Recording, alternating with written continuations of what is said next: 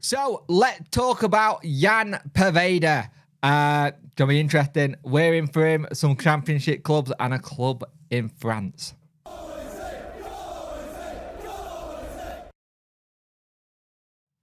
Hello and welcome to this video. You could like, share and subscribe to the channel. Much appreciate it. Liking helps the algorithm, sharing gets in front of people's faces, and subscribing is completely free.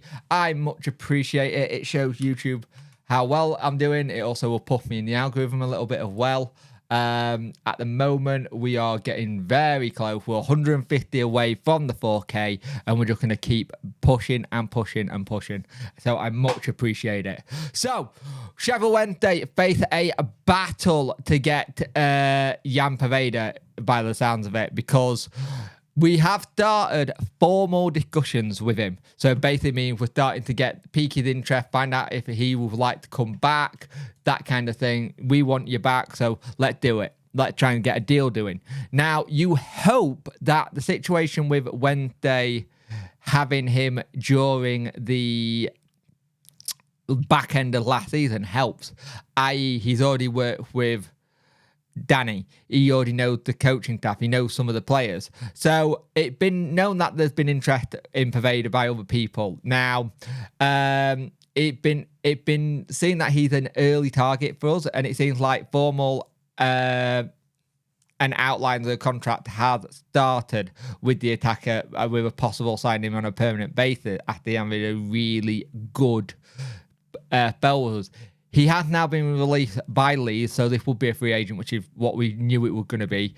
And if you look at what he is and what position he plays and how old he is, 24, it's that right sweet spot. Now, the issue a lot of Wednesday fans are going to have with this is that his injury record isn't great, but we know this. We already know his injury record isn't great because we had him while he was here and his injury record was a bit poor.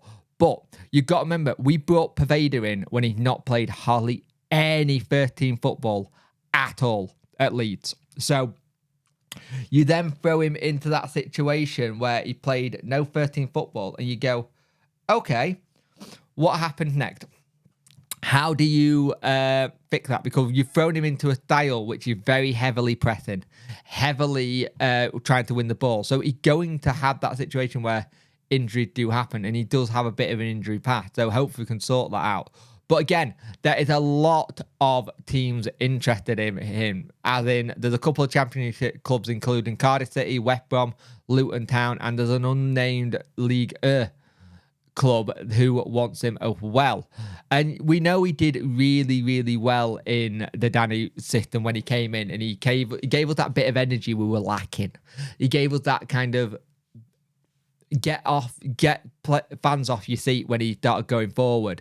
And I remember when me and Jack went to the Plymouth game, there were bits in that second half he just started to tire and blow a little bit because he just didn't have that energy and that kind of, what's the word I'm looking for, that kind of fitness as well, which you would have got in a pre-season doing it week in, week out. And to come in when he did, I think that was a February game as well. And you're thinking that you can tell he's not had much 13 football since coming in. But we have already been busy. We already know this. We've already got Hamer in and we've got Max Lowe in. And it looks like Jan Valery is going to get done at the end of the week, who worked with Danny at Southampton. And if that can be all done, that is brilliant. Now, the bit in this article that I want to just pitch on as well, it said that discussion with Josh's deal has stalled for agreement was believed, but it looked like they have believed to have been close, but it looks like the back of the negotiation table, both sets of people in those discussions have got, I think, Josh does want to stay, and they just need to get this contract sorted out with him. And I think once the contract is sorted, then it'll be good. But there is Championship and MLS teams looking at him, and MLS teams now makes a lot more sense when you think about his now wife. He's married, who's American, and the fact that they're going to possibly they are bringing a child into this world as well. So you've got that whole thing where that makes a lot more sense if you think about logistics and having family close and stuff like that if they do go to the States. Granted, it might not be a club that's very close to where they are in the States. Remember, the States is huge, but it's a lot better than having her family fly over to England than it is for them to fly somewhere in the States. And also the whole thing is that we still want to bring Ugbo back, but it will not be cheap. We know that one will be one of those deals which will take a lot of budget up, whatever the budget is, and we have to be very wary of that one, because I think you've got the situation. Everybody wants him to come back. We want him to come back as a club. Fans want him to come back. But with someone with 2 years left on his contract, you've got to realise 2 years on a contract, it's going to cost a fair bit to get him in. And again, he's another one who got interest from MLS, other clubs in the Championship apparently, and other teams in Europe. So we got that thing where you're looking at players to bring in, and don't get me wrong, it's great. And I absolutely love that we're able to be linked with the players and hopefully get deals done.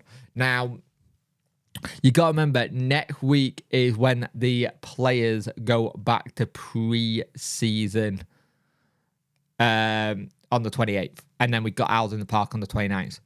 You can only think that between now and then, there'll be a little bit more movement than the three we got, the three, in air quote, free because of Jan, that we got in so far, for Danny to have more of a squad to be around and be around in the first team. So I think it can be interesting to see what Danny does next. And I think Danny is on the TV again tonight. I might be wrong.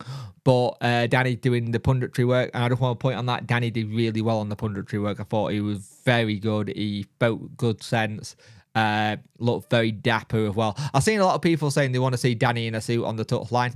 I prefer just seeing him in the tracksuit, to be honest with you.